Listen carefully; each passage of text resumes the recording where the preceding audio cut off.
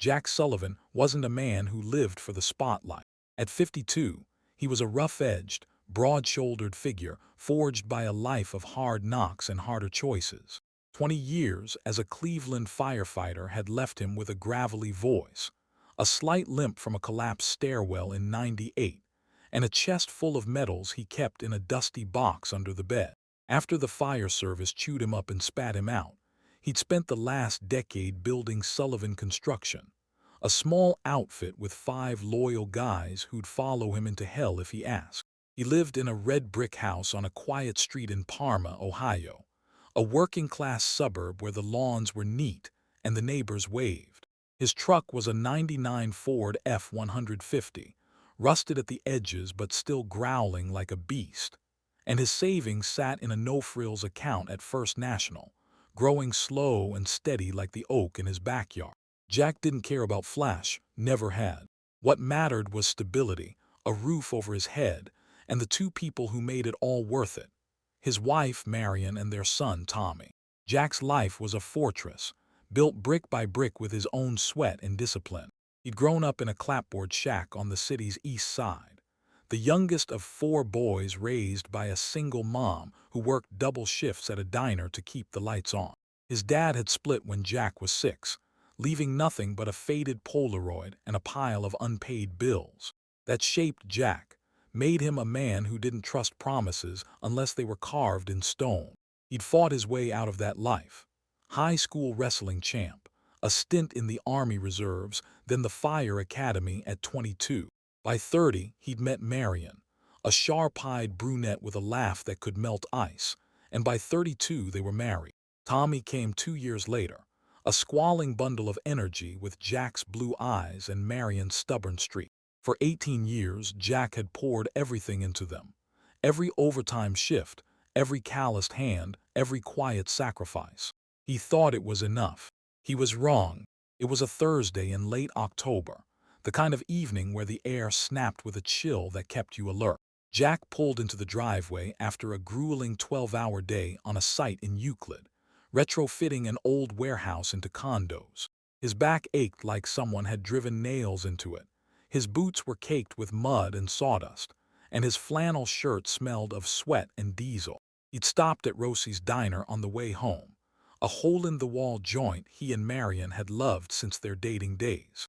He'd grabbed her favorite, steak tips with extra gravy, a side of mashed potatoes, $40 worth of comfort food in a grease-stained paper bag. It wasn't much, but after a week of short tempers and shorter conversations, it felt like a peace offering, a way to bridge the gap he'd sensed growing between them. He pushed open the front door, the hinges creaking in the quiet. The house smelled wrong, not of garlic or baking bread, but of nothing. The living room lamp glowed, casting long shadows across the hardwood he'd laid himself, but it felt cold, lifeless. Marion sat at the kitchen table, arms crossed tight over her chest, her face set like concrete. Tommy wasn't there. No backpack on the floor, no sneakers kicked off by the door, no sound of his video games humming from upstairs. Jack's stomach twisted, a firefighter's instinct kicking in before his brain caught up. He set the bag down, the rustle too loud in the stillness. "Where's Tommy?" he asked, keeping his voice level, the way he'd learned to when the world was falling apart. "With my sister," Marion said, staring at the table, her fingers tapping a slow, deliberate rhythm. "Sit down, Jack. We need to talk." He pulled out a chair, the scrape of wood on wood echoing like a warning shot. He sat slow, deliberate, like a man stepping into a trap he couldn't see yet. "Okay," he said, folding his hands on the table, the calluses rough against his own skin. "Talk." She didn't flinch, didn't hesitate. "I'm done. I want a divorce." The words hit like a 2x4 to the chest, sharp and heavy, knocking the air out of him. Jack blinked, his brain scrambling for footing, waiting for the punchline, the tears, the fight, anything to make it real. Nothing came. Just Marion sitting there, her brown eyes hard and flat, her jaw set like she'd practiced this 100 times.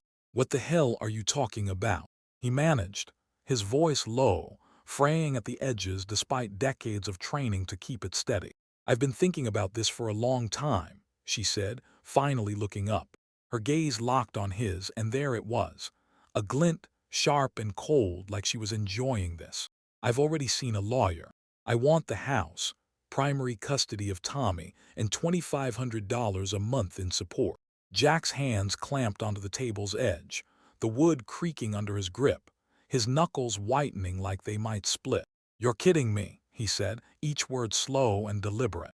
"The house I built from the ground up, the one I busted my ass for, pouring concrete in the rain, framing it in the dead of winter.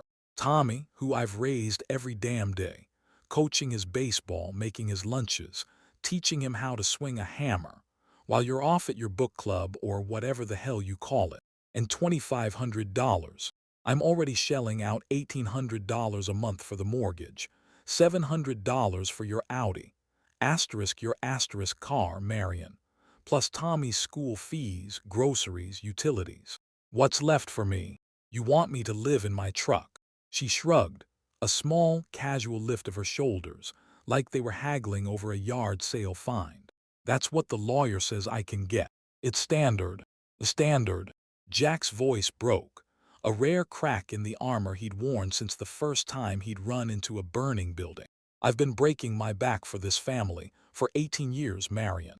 You don't work. You don't lift a finger. You sit here plotting this asterisk ambush asterisk, while I'm out there keeping us alive, hauling lumber, breathing dust, coming home with splinters in my hands. And you call that asterisk standard asterisk." She leaned back in her chair, crossing her legs, her expression unshaken. "I deserve more, Jack. I've been unhappy for years. You're too busy playing the big hero, saving strangers, fixing roofs, to notice what's right in front of you." The room spun, a dizzying tilt that made his stomach lurch. Jack shoved himself up, the chair tipping back but not falling, and staggered to the sink. He gripped the counter, the cold steel grounding him as his mind raced. How had he missed it? The late nights she'd brushed off as girls' time, coming home with the faint scent of perfume he didn't recognize. The new clothes, silky blouses, tight jeans, he'd never seen the receipts for. The way she'd stopped asking about his day, stopped caring if he came home limping or covered in grime. He'd chalked it up to the grind of middle age, a marriage settling into its ruts. They'd fix it, he told himself. They always had. Now he saw it for what it was. A betrayal so deep, so premeditated, it stole his breath. "Where's this coming from?" he asked, turning back to her, his voice dropping to a growl that rumbled in his chest. "Who's in your ear?" Her eyes flickered, just a split second, a twitch she couldn't hide. "No one," she said too quick. "It's just me." "Bullshit," Jack snapped, taking a step closer, his boots heavy on the hardwood he'd sanded smooth himself. "You don't go from fine to divorce overnight. You don't sit there with a lawyer's script in your head, unless someone's feeding you lines." "What's his name?" Her lips pressed into a thin line, her silence louder than any confession.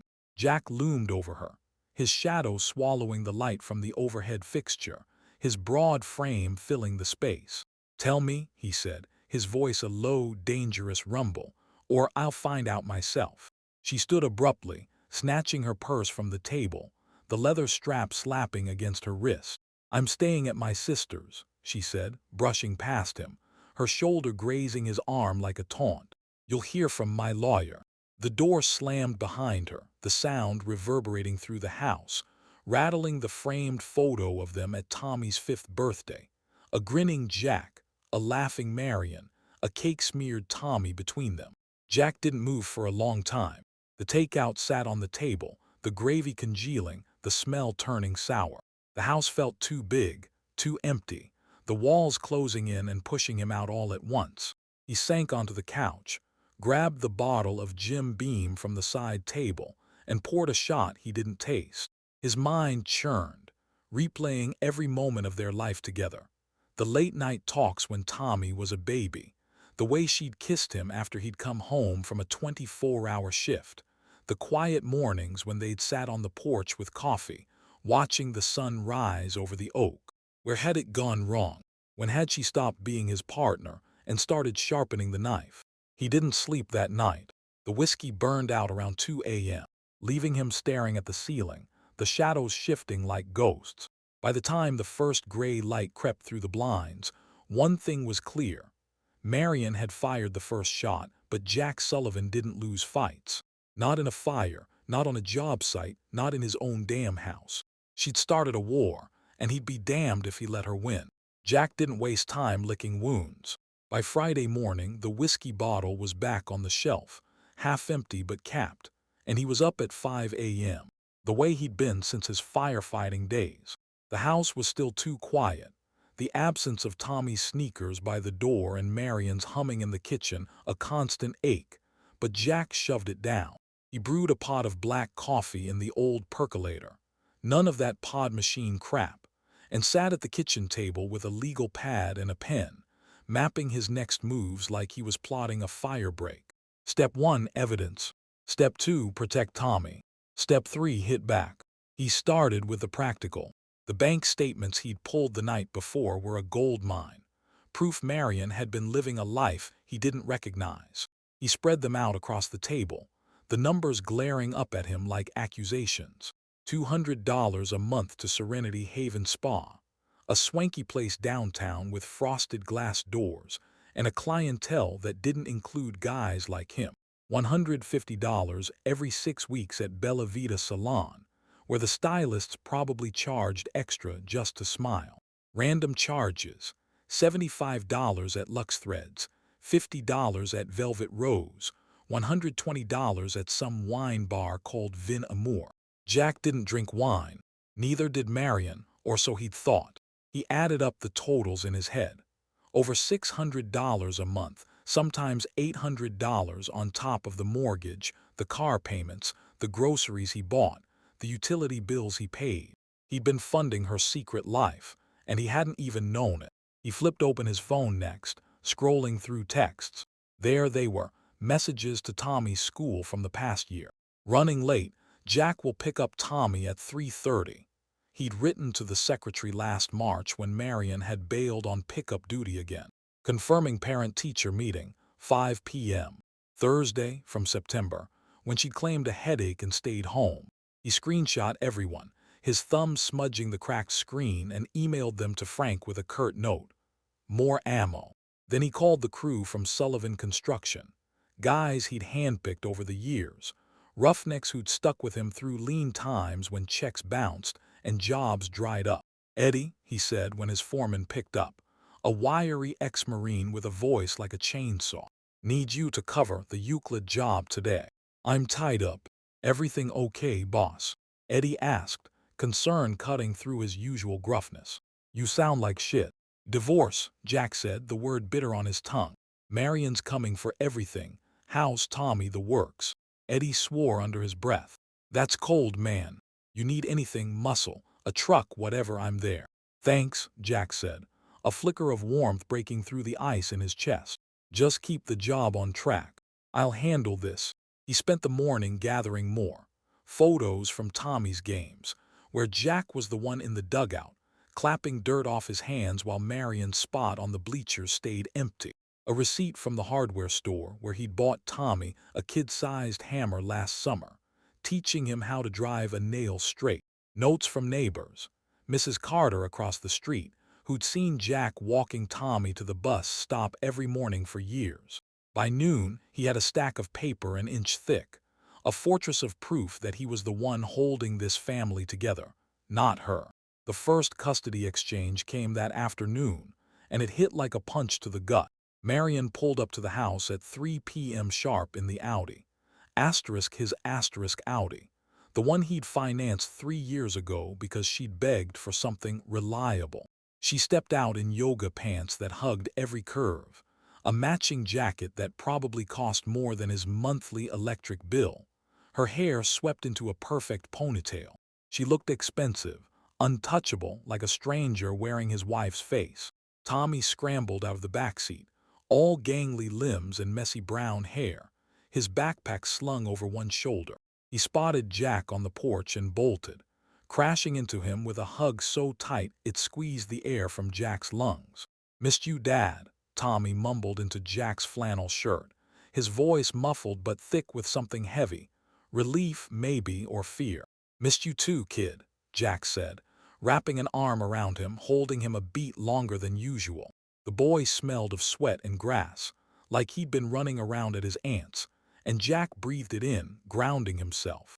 Then he looked up at Marion. She stood by the car, arms crossed, tossing Tommy's spare bag onto the driveway like it was trash. "Back by Sunday, 6 p.m., she said, her voice clipped businesslike. "No junk food. He's got a math test Monday. Bedtime's 9, no exceptions."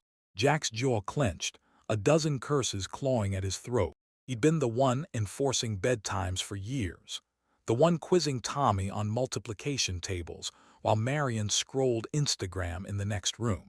"Anything else, princess?" he said, his tone sharp enough to cut glass. She smirked, that same glint in her eyes he'd seen Thursday night. "Just don't screw it up, Jack."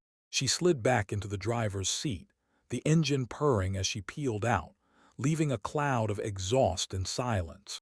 Jack watched her go, his fist tightening around the porch railing until the wood groaned. Then he turned to Tommy, forcing a grin. "You hungry, bud?" Tommy nodded, his blue eyes, Jack's eyes, brightening. "Can we make burgers?" "Hell yeah," Jack said, ruffling his hair. "Let's get the grill going." That weekend was a lifeline, a fragile thread pulling Jack back from the edge. They set up in the backyard, the old Weber grill spitting smoke as Jack showed Tommy how to season the patties. Salt, pepper, a dash of garlic powder, the way his mom had taught him decades ago. The kid grinned, flipping burgers with a spatula too big for his hands, grease splattering onto the grass. They ate on the patio, ketchup dripping onto paper plates, the late October sun dipping low and casting long shadows across the yard. After dinner, they hauled out the toolbox and tackled an old Schwinn bike Jack had found at a flea market. Rusted chain, flat tires, a project they'd started months ago but never finished. Tommy's fingers turned black with oil as he wrestled the chain back onto the sprocket, cursing under his breath when it slipped. "Watch your mouth," Jack said, half laughing, handing him a rag. "Where'd you learn that?" "You," Tommy shot back, grinning, and Jack couldn't argue. They worked until dusk, the bike creaking to life under their hands, and for a few hours it was like nothing had changed. But Saturday night, Tommy dropped a bomb that shattered the illusion. They were sprawled on the couch, a bowl of popcorn between them, some dumb action movie flickering on the TV, explosions and car chases, the kind of noise that drowned out the quiet. Tommy picked at the popcorn, his movements slow, deliberate, like he was working up to something. "Mom's got a new boyfriend," he said finally, his voice small but steady. "Eric.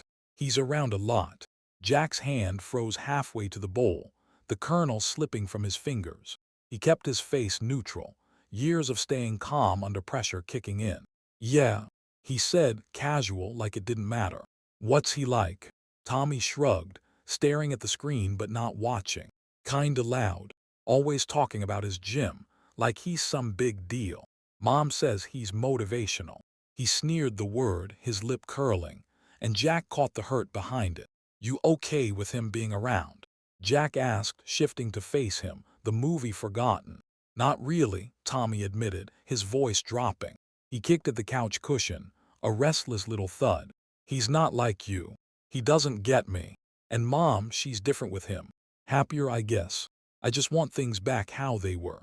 Jack's chest tightened, a dull ache spreading like smoke. He reached over, clapping a hand on Tommy's shoulder, solid and sure. "Me too, bud," he said, his voice rough but steady. "Me too." Tommy leaned into the touch, just for a second, then grabbed the remote and cranked the volume, burying the moment in gunfire and engine roars. Jack let it go, but the words stuck, looping in his head like a siren. "Eric." The gym prick from Pete's photos. Marion wasn't just leaving. She was building a new life, one that didn't include him, one she was trying to drag Tommy into. Jack's jaw clenched, his teeth grinding as he stared at the TV, the colors blurring. He wouldn't let her take his son. Not now, not ever. Sunday came too fast, a gray drizzle settling over Parma like a shroud. Jack and Tommy spent the morning at the park, tossing a baseball back and forth, the wet grass soaking their sneakers. Tommy laughed when Jack slipped chasing a wild throw, landing ass first in the mud. And Jack laughed too, a real laugh, the kind he hadn't felt in weeks. They grabbed hot dogs from a cart afterward, sitting on a bench under a dripping awning, the rain tapping a steady rhythm. Jack watched Tommy scarf down his food, ketchup smearing his chin, and felt a pang, sharp, fierce, protective. This was his kid, his world, and Marion was trying to rip it away. She pulled up at 6 p.m. on the dot, the Audi's headlights cutting through the gloom. Tommy's shoulders slumped as he grabbed his bag, the weekend's lightness draining out of him. Jack walked him to the car, his boots squelching in the wet grass. Marion rolled down the window, her face a mask of impatience. "Hope you enjoyed your little weekend," she said, her tone dripping with condescension, that damn smirk back in place. Jack's hands balled into fists at his sides, but he kept his voice even. "He's my son, Marion, not a goddamn rental." Her smirk faltered just for a second, then hardened. 6 p.m. next time, she said, rolling the window up. Tommy climbed in, giving Jack a small wave through the glass, his face pale and tired. The car pulled away, taillights fading into the rain, and Jack stood there, the drizzle soaking his shirt, his breath fogging in the cold. He didn't move until the street was empty, the anger simmering into something colder, sharper, resolve. Back inside, he called Pete. "Tell me about Decker," he said, pacing the living room, the hardwood creaking under his weight.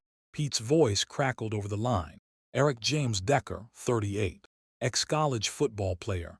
Linebacker, Kent State, didn't make the pros. Opened Decker Fitness 5 years ago. Downtown spot, trendy as hell. Juice bar, yoga studio, the works. Guy's got a rep. Loudmouth, big on Instagram, likes to flex for the ladies. Divorced once, no kids. Finances are shaky. Loans up the ass, but he's still driving a BMW. Guessing he's got cash coming from somewhere. Like my wife," Jack growled, stopping by the window, staring at the rain-streaked glass. "Looks that way," Pete said. "Those hotel receipts. Some match dates she was out with friends. I'm digging deeper, bank records, phone logs. If she's funneling money to him, I'll find it." "Do it," Jack said. "And Pete, thanks." "Anytime, brother," Pete said, a grin in his voice. "Nobody screws with my crew." Jack hung up, the phone heavy in his hand. He grabbed the legal pad again, adding a new line. Asterisk Eric Decker, money trail. Asterisk Marion thought she could play him for a fool, bleed him dry while she shacked up with her gym rat boyfriend. She had no idea who she was messing with. Jack Sullivan had fought fires, built homes, raised a son. He'd faced down worse than her and come out standing. This was just another blaze, and he'd choke it out with his bare hands if he had to. Tommy Sullivan hated the way things felt now. At 12, he was old enough to know something was wrong, but young enough to hope it'd fix itself. He sat in the backseat of his mom's Audi, the leather cool against his jeans, staring out the window as the rain streaked past. The weekend with Dad had been good, better than good. Burgers on the grill, fixing the bike, laughing at that dumb movie until his sides hurt. Dad was solid like the oak tree in their yard, the one Tommy used to climb until he broke a branch and Dad just laughed and said, "Builds character." Mom wasn't like that anymore. She used to be baking cookies, singing off-key to the radio. But now she was different, sharper, like she was always waiting for something better. Eric was part of it. Tommy didn't like him, not one bit. The guy showed up at Aunt Karen's house last week, all loud voice and fake smiles, clapping Tommy on the shoulder like they were buddies. "Hey champ, ever think about lifting? I could get you jacked," he'd said, flexing an arm that looked like it belonged on a comic book hero. Tommy had shrugged him off, muttering, "Nah," and retreated to the guest room with his switch. Eric didn't get it, didn't get him. Dad didn't push like that. Dad just handed him a wrench and let him figure it out. "Tommy, sit up straight," Mom said from the driver's seat, her voice cutting through the hum of the engine. "And don't slouch when we get to Eric's. He's making dinner." Tommy's stomach sank. "I ate with Dad," he said, keeping his eyes on the window. "You can eat again," she snapped, her tone final. "It's polite." He didn't argue. Arguing never worked with her lately. She'd just sigh, roll her eyes, and say, "You're just like your father," like it was a bad thing. Tommy didn't think it was. Dad was the one who showed up, always had. Mom was the one who left, who changed, who dragged him into this mess he didn't understand. The car pulled into Eric's condo complex, a boxy building with fake stone trim and a sign that said luxury living. Tommy grabbed his bag and followed her inside, the smell of garlic and something spicy hitting him as Eric opened the door. "There's my favorite kid," Eric boomed, his grin too wide, his teeth too white. He wore a tight black t-shirt with Decker Fitness in neon green, his biceps bulging like he'd just finished a set. "Hope you're hungry. Got shrimp scampi on deck." Tommy forced a smile, small and tight. "Cool," he said, dropping his bag by the couch. He didn't want shrimp. He wanted burgers with Dad. He wanted home. Jack wasn't a man who panicked. He'd faced down infernos, walls of flame roaring like freight trains, smoke so thick it choked the sky, and come out the other side with his crew intact. But Monday morning, sitting in Frank Russo's office with a styrofoam cup of burnt coffee in his hand, he felt the heat creeping up his spine. The photos from Pete, the bank statements, the texts, they were spread across Frank's desk like a battle map, each piece a weapon in the war Marion had started. Jack's jaw was tight, his eyes bloodshot from another sleepless night, but his voice stayed steady. "What's our play?" he asked, leaning forward, elbows on his knees. Frank tapped a pen against the edge of a photo. Marion and Eric Decker slipping into that Motel 6, her head tilted toward him like they were sharing a secret. "We've got a solid start," he said, his gravelly voice cutting through the hum of the ancient radiator. "The affair's a gut punch. But Ohio courts don't give a damn about infidelity unless it directly screws with the kid. We need to tie it to Tommy. Show she's been checked out, distracted, putting this gym rat ahead of her son. The money angle helps. Those spa trips, the wine bar bullshit. We paint her as a freeloader living off you, while you're the one raising the bar." Jack nodded, his fingers drumming a slow rhythm on the cup. "She barely sees him now. Last year she missed his birthday. Said she had a work thing, but I found a $200 charge at some steakhouse that night. I took him to the batting cages instead, just me and him." Frank scribbled that down, his pen scratching the yellow legal pad. "Good. Specifics like that stick. We'll subpoena her credit card records, match them to dates she was supposed to be with Tommy. Anything else? Missed pickup, school events?" "Plenty," Jack said, his voice hardening. "Last spring, she forgot him at practice 3 times in a month. Coach had to call me because her phone went straight to voicemail. I've got texts from Mike, Tommy's coach, begging me to get there before dark. She was probably with that asshole." "Perfect," Frank said, a grim smile tugging at his lips.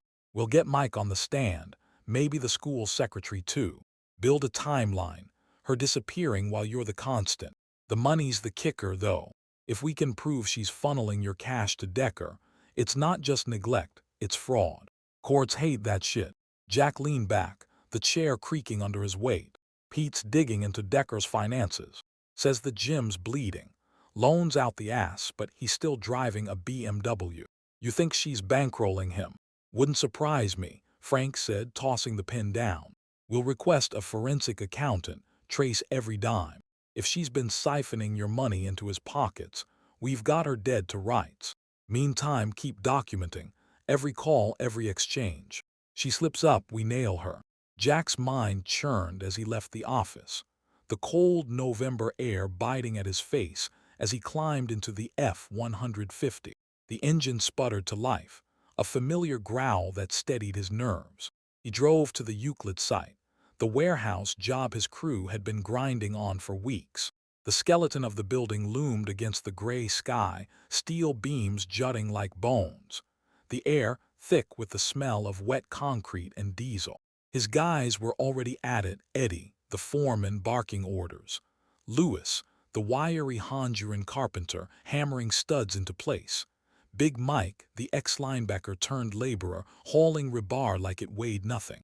They were a ragtag bunch, but they were Jack's, and they'd stuck with him through lean years when checks bounced and jobs dried up.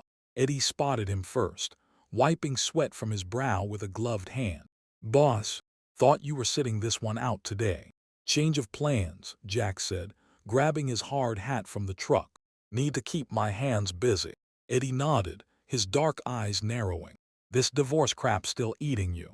Yeah, Jack admitted, pulling on his work gloves, the leather stiff against his calluses. She's coming for Tommy, Eddie. Wants to take him and leave me with nothing. Big Mike lumbered over, a slab of rebar balanced on his shoulder. That's bullshit, Jack. You're the best damn dad I know. Tommy's your shadow. She can't just yank him like that. She's trying, Jack said, his voice low, dangerous. Got a lawyer, a plan, the works. Even has a new guy lined up. Some gym prick named Decker. Lewis looked up from his saw, dust clinging to his black hair. She's cheating. Man, that's low. My ex pulled that. Took off with some slick bastard from Toledo. Left me with the dog and a pile of bills. Same playbook, Jack said, grabbing a sledgehammer from the tool pile. Only she wants the house and my kid too. Eddie spat into the dirt, his face twisting. We got your back, boss.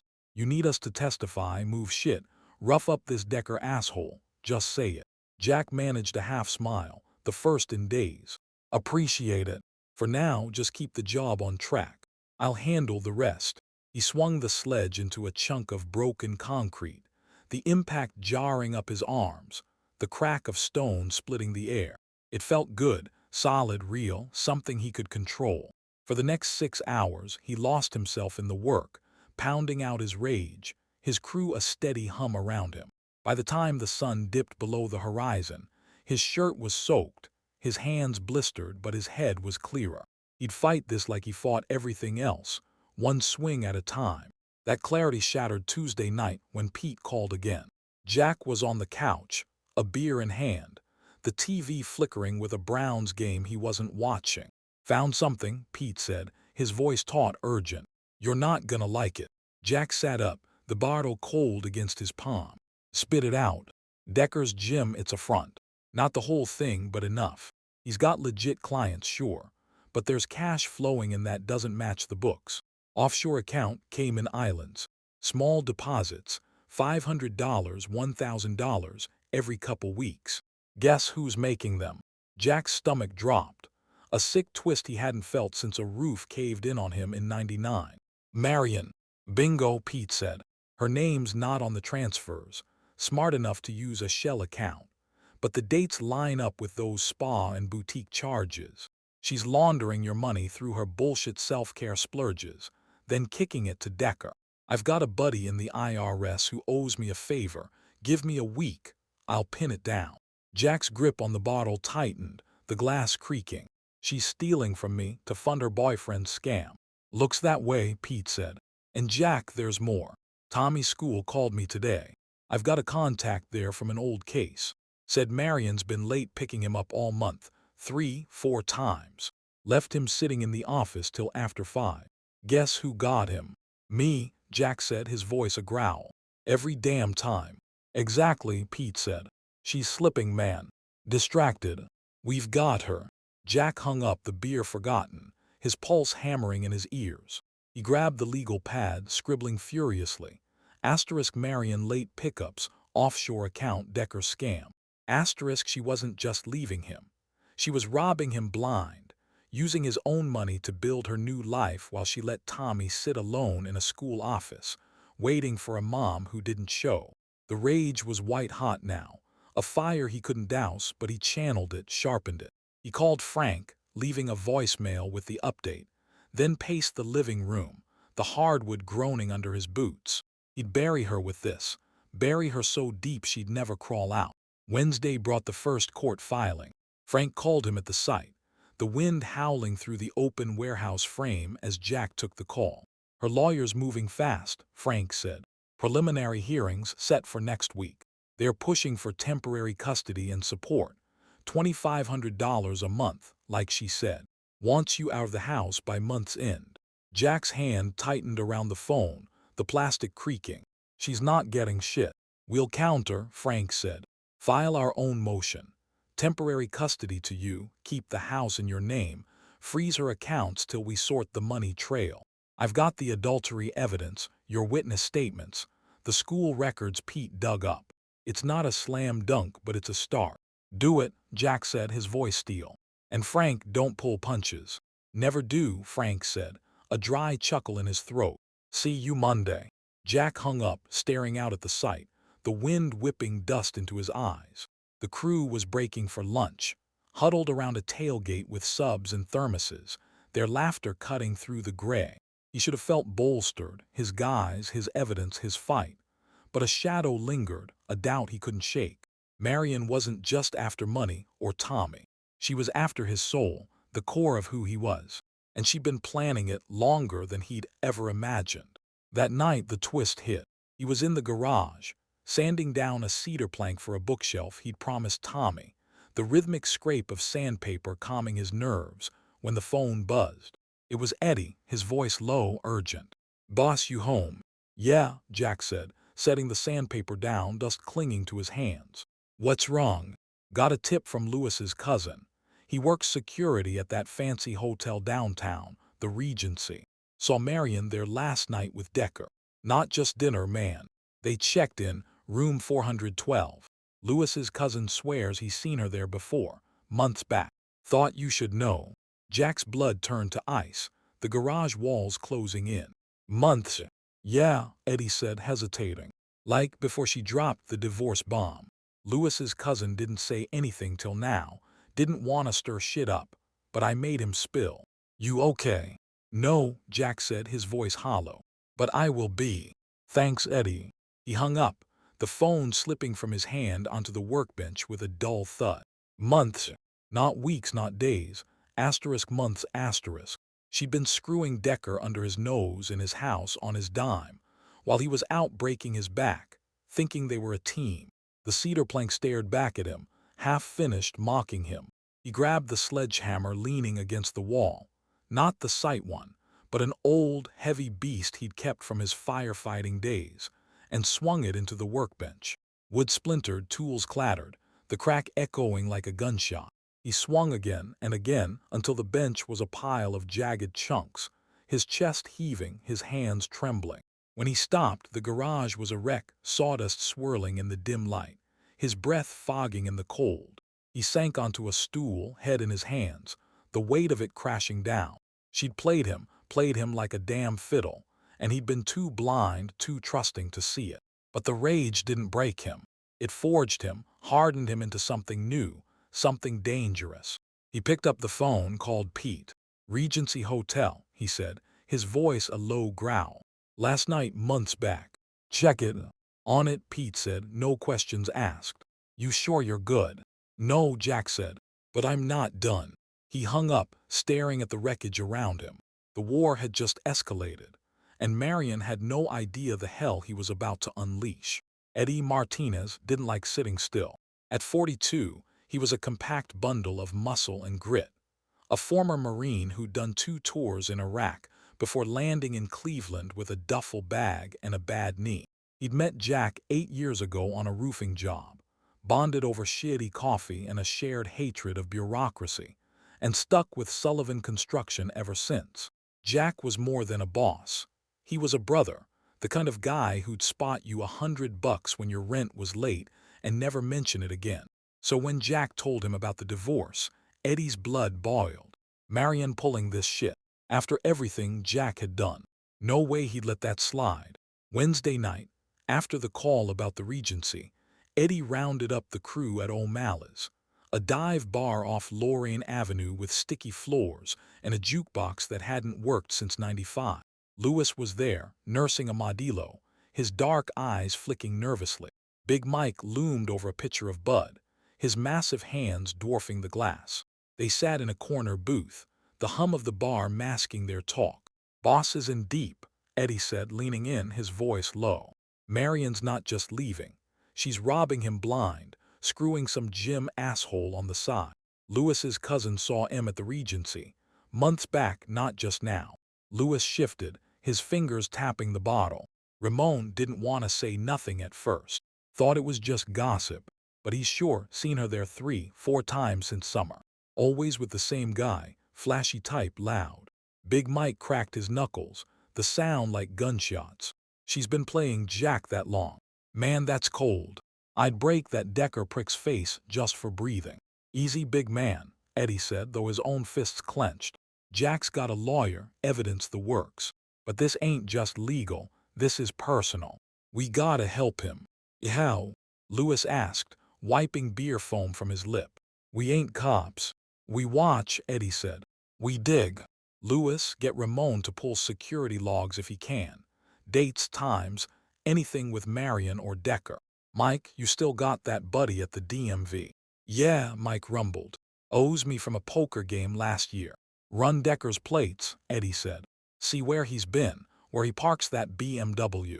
I'll tail him myself if I have to, catch him with Marion, get it on camera. Jack's fighting for Tommy. We make sure he's got every damn bullet he needs. Lewis nodded, a slow grin spreading. For Jack? Yeah, I'm in. Same, Mike said, draining his glass. Nobody screws with the boss. Eddie raised his beer, the others clinking theirs against it. To Jack, he said, let's burn this bitch down. Jack stood outside the Cuyahoga County Courthouse on Monday morning, the wind slicing through his flannel jacket, a gray sky spitting sleet onto the steps. His boots were scuffed, his hands shoved deep in his pockets, but his eyes burned with a fire that hadn't dimmed since the garage blowout. The preliminary hearing loomed like a storm cloud, and he was ready, armed with Pete's photos, Frank's strategy, and a stack of evidence that weighed heavy in the briefcase at his side. He'd spent the weekend prepping with Frank, rehearsing every answer, every angle, until his voice was hoarse and his nerves were steel. Marion wanted a war. She'd get one. Inside, the courtroom smelled of polished wood and old paper, the air thick with tension. Jack sat beside Frank at the defendant's table, his tie, a cheap blue thing he'd dug out of the closet, feeling like a noose. The gallery was sparse. A few bored reporters, a couple of nosy retirees, and Eddie, who'd insisted on showing up, sitting in the back with his arms crossed, a silent wall of support. Marion strode in 5 minutes late, her heels clicking on the tile, dressed in a flowy gray dress that screamed devoted mother, her makeup soft, her hair perfect. She didn't look at Jack, just took her seat beside her lawyer, a slick, wiry guy named Paul Grayson, mid-40s, with a $500 haircut and a smirk that made Jack want to deck him. The judge, a stocky woman in her 60s named Margaret Hensley, settled behind the bench, her glasses perched low on her nose. She shuffled papers, her expression unreadable, then banged the gavel once, sharp and final. Let's begin. Temporary custody and support, Sullivan v. Sullivan. Counsel for the petitioner, you're up. Grayson stood, smoothing his tie, his voice smooth as oil. Your Honor, my client, Marion Sullivan, seeks temporary custody of her son, Thomas, and $2,500 monthly support from Mr. Sullivan. She's been the primary caregiver, providing a stable, nurturing environment, while Mr. Sullivan's demanding career has left him absent, physically and emotionally. She also requests possession of the marital home, which she's maintained for 18 years.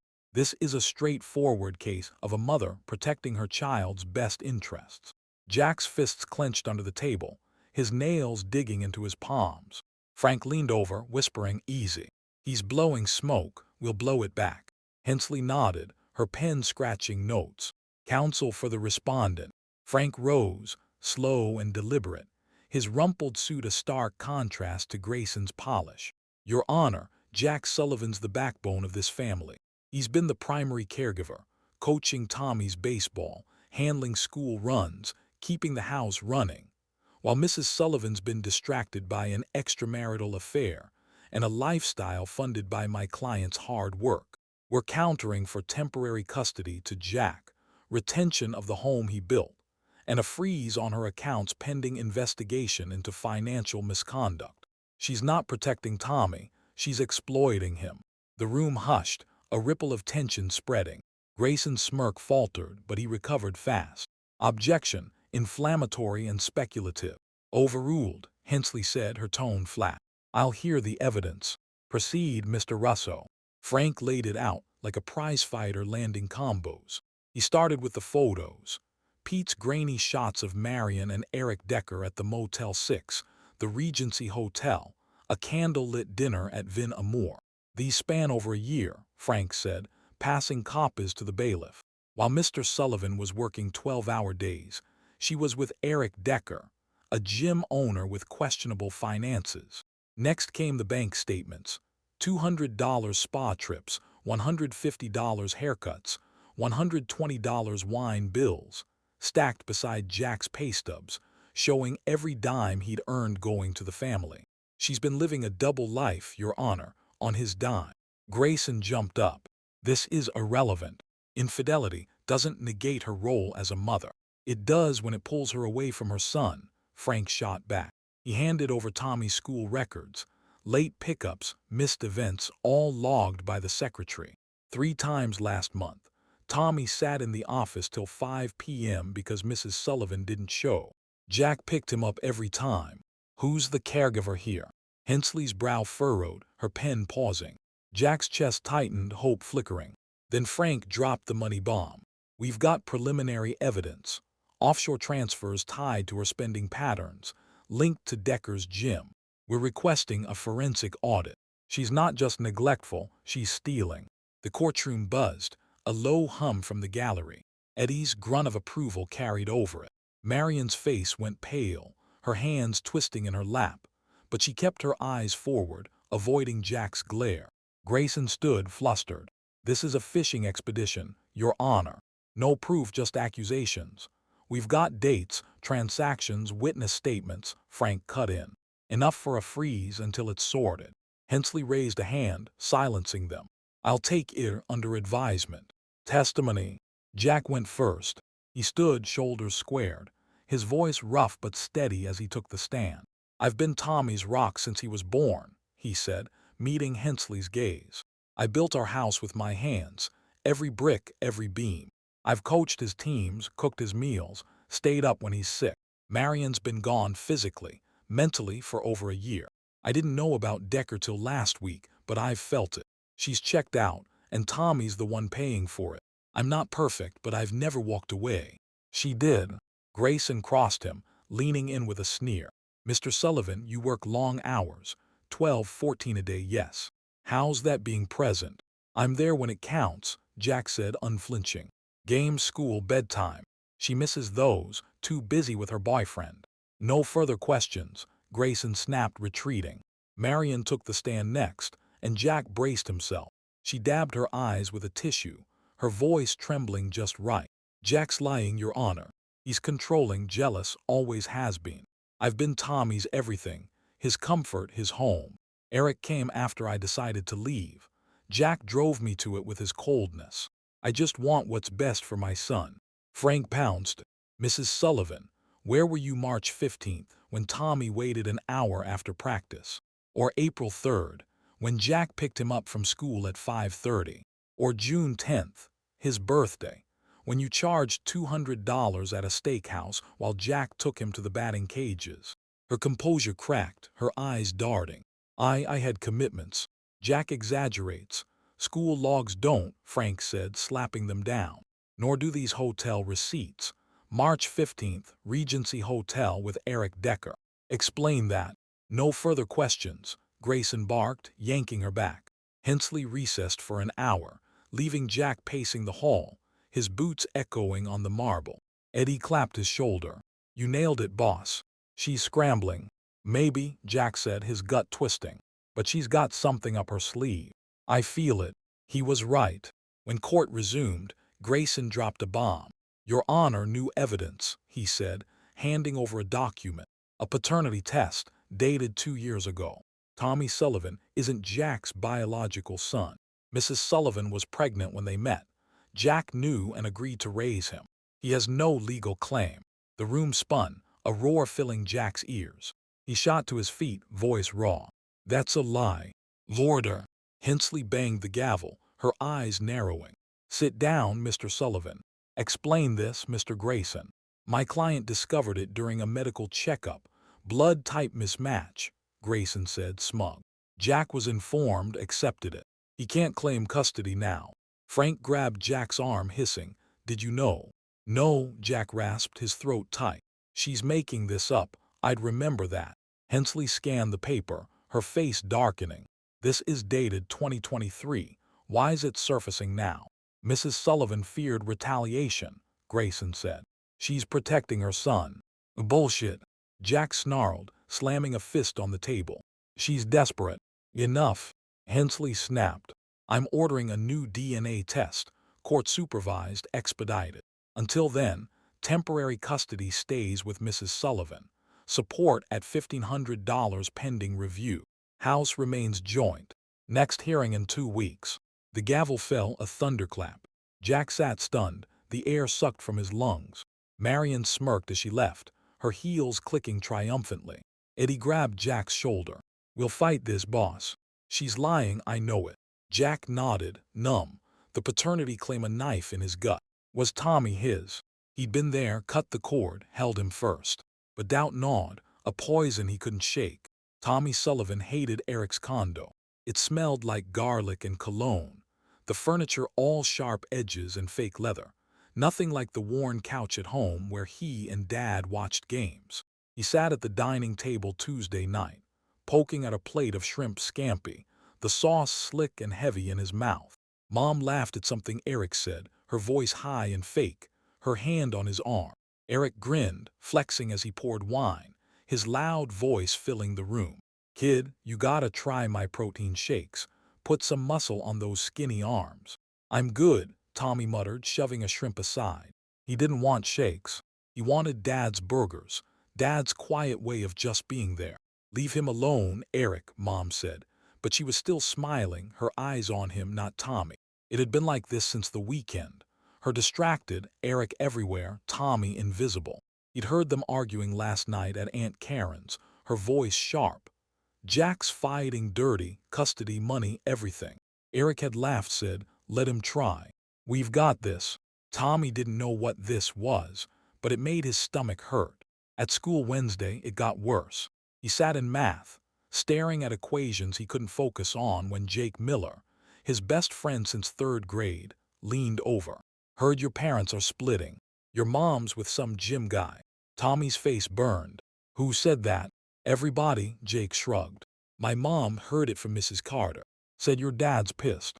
He's not pissed, Tommy snapped, though he wasn't sure. Dad had looked tired Sunday, not mad. But the whispers spread, kids staring, teachers giving him pity looks. By lunch, he snapped, shoving a kid who asked if Eric was his new dad. The principal called Mom, but she didn't answer. Dad came instead, his truck rumbling into the lot, his face hard but his voice soft. You okay, bud? No, Tommy said, kicking the curb. I hate this. I hate her. I hate him. Dad hugged him, solid and warm. I know. We'll fix it. But Tommy wasn't sure anything could be fixed.